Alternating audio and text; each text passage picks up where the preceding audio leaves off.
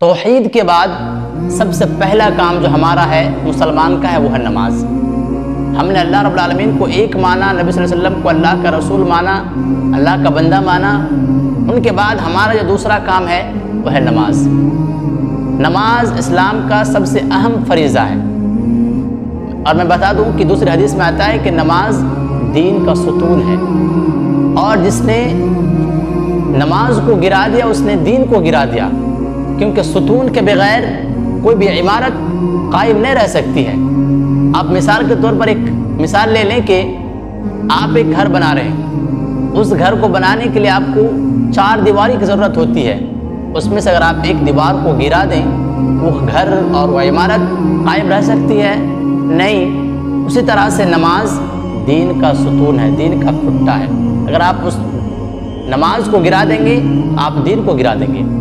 کتاب میں علماء لکھتے ہیں کہ جس نے نماز کو گرایا اس نے دین کو گرایا، اور حدیث بھی تو آیا ہے نا، من ترک الصلاۃ متعمدا فقد کفر، کہ جس نے جان بوجھ کر نماز کو ترک کیا، نماز کو چھوڑا، گویا کہ اس نے کفر کیا۔ میں آپ کو بتا دوں کہ نماز وہ عبادت ہے جس کے بارے میں اللہ کے نبی صلی اللہ علیہ وسلم نے آخری وقت میں، آپ دنیا کو الوداع کہہ رہے ہیں، اس وقت میں آپ نے جو آخری وصیت کی تھی وہ تھی نماز۔ حضرت ام سلمہ رضی اللہ عنہ بیان کرتی ہے کہ اللہ کے نبی صلی اللہ علیہ وسلم بیماری کے شکار ہوئے، اور اس بیماری میں جس میں آپ کا انتقال ہوا، اس بیماری کے دوران، اس بیماری کی حالت میں آپ نے اپنے امت کو آخری وصیت کر کے گئے، اور وصیت کیا تھی؟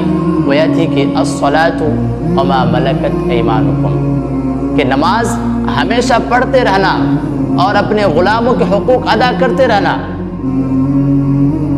حضرت ام سلمہ رضی اللہ عنہ بیان کرتی ہے کہ اللہ کے نبی صلی اللہ علیہ وسلم کی بیماری، مرض اتنی زیادہ بڑھ گئی، مرض کی شدت، بیماری کی شدت اتنی زیادہ ہو گئی کہ آپ کی زبان پر یہ بات آنا مشکل ہو گیا۔ آپ سے کہنا چاہتا ہوں اللہ کے بندو، آپ اپنے گریبان پر خود جھانکیں، آپ اپنے آپ پر دیکھیں کہ ہم نے آج سب سے بری طریقے سے کس چیز کو چھوڑ رکھی ہے۔ ہم تو پھر بھی نفل روزے زکوٰۃ صدقہ وغیرہ اور کچھ نہ کچھ عمل ہم کر ہی لیتے ہیں، لیکن نماز کو ہم نے اس قدر ترک کر دیا جس طرح کہ نماز کے ساتھ ہمارا ایک آپسی دشمنی ہو، ہمارا نماز کے ساتھ ایک ذاتی دشمنی ہو، اس طرح سے ہم نے نماز کو ترک کر رکھا ہے۔ میں آپ سے کہنا چاہتا ہوں کہ اگر آپ کا باپ مرتے وقت آپ کو ایک آخری وصیت کر کے جائے تو آپ اس کی وصیت کو پورا کرنے کے لیے دن اور رات کو ایک کر دیتے ہیں، مگر وہ آخری نبی صلی اللہ علیہ وسلم جس نے اپنی امت کے لیے، ہمارے لیے، مسلمانوں کے لیے اپنی ساری زندگی گنوا دی، اپنی ساری زندگی اپنے امت کے لیے روتے رہے، اپنی امت کے لیے اپنی جسم میں زخم کھائے، اپنے دانت توڑوا دیے اپنے امت کے لیے۔ وہ آخری نبی صلی اللہ علیہ وسلم جو قیامت کے دن بھی اپنے امت کے لیے روئے گا، اور ہم نے کیا کیا؟ ہم نے اس کی آخری وصیت کو بھلا دیا۔ آپ سے کہنا چاہتا ہوں کہ اور ہم اپنے آپ کو کیا کہتے ہیں؟ اور ہم اپنے آپ کو کیا کہتے ہیں کہ ہم عاشق رسول ہیں، ہم محبت رسول ہیں، ہم اللہ کے رسول صلی اللہ علیہ وسلم کی اطاعت کرتے ہیں۔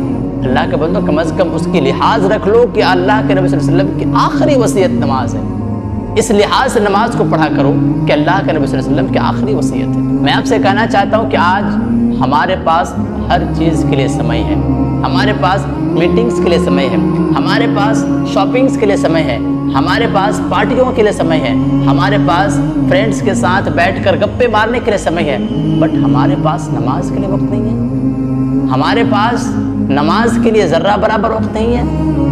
اللہ کے بندوں، ہم نے آج کیا حال بنا لیا ہے۔ میں آپ کو کہنا چاہتا ہوں کہ جس دن مسلمانوں کی تعداد عام نمازوں میں جمعہ کی نمازوں کے برابر تعداد ہو جائے گی تو پھر میں آپ سے کہنا چاہتا ہوں کہ کوئی مائی کا لال ہے جو اسلام کو برا بھلا کہے، مسلمانوں پر کوئی ظلم کرے؟ کوئی نہیں کر سکتا۔ میں آپ سے کہنا چاہتا ہوں کہ نماز وہ عبادت ہے جو اللہ کے نبی صلی اللہ علیہ وسلم کی آنکھوں کی ٹھنڈک ہے۔ میں آپ سے کہنا چاہتا ہوں کہ نماز وہ عبادت ہے جس کے بارے میں اللہ رب العالمین قیامت کے دن سب سے پہلا سوال پوچھے گا۔ حضرت انس بن مالک رضی اللہ عنہ بیان کرتے ہیں کہ اللہ کے نبی صلی اللہ علیہ وسلم فرماتے ہیں کہ اللہ رب العالمین قیامت کے روز اپنے بندے سے جو سب سے پہلے سوال پوچھے گا، جو سب سے پہلا سوال پوچھے گا وہ نماز کا ہوگا۔ اگر ہماری نماز درست نکلی تو ہمارے بعد کے اعمال بھی درست نکلیں گے، اور اگر ہمارے نماز میں گڑبڑی ہو گئی تو بعد کے اعمال میں بھی گڑبڑی پائے جائیں گے۔ کیوں؟ کیونکہ نماز وہ عبادت ہے جو بندے کو بے حیائی سے روکتی ہے، نماز وہ عبادت ہے جو بندے کو گناہوں سے روکتا ہے، نماز وہ عبادت ہے جو بندے کو زنا سے روکتے ہیں، نماز وہ عبادت ہے جو بندے کو فحش چیزوں سے روکتے ہیں، نماز وہ عبادت ہے جو بندے کو ہر وہ کام سے روکتا ہے جو شیطان کو پسند ہے۔ اللہ رب العالمین کیا کہتے ہیں؟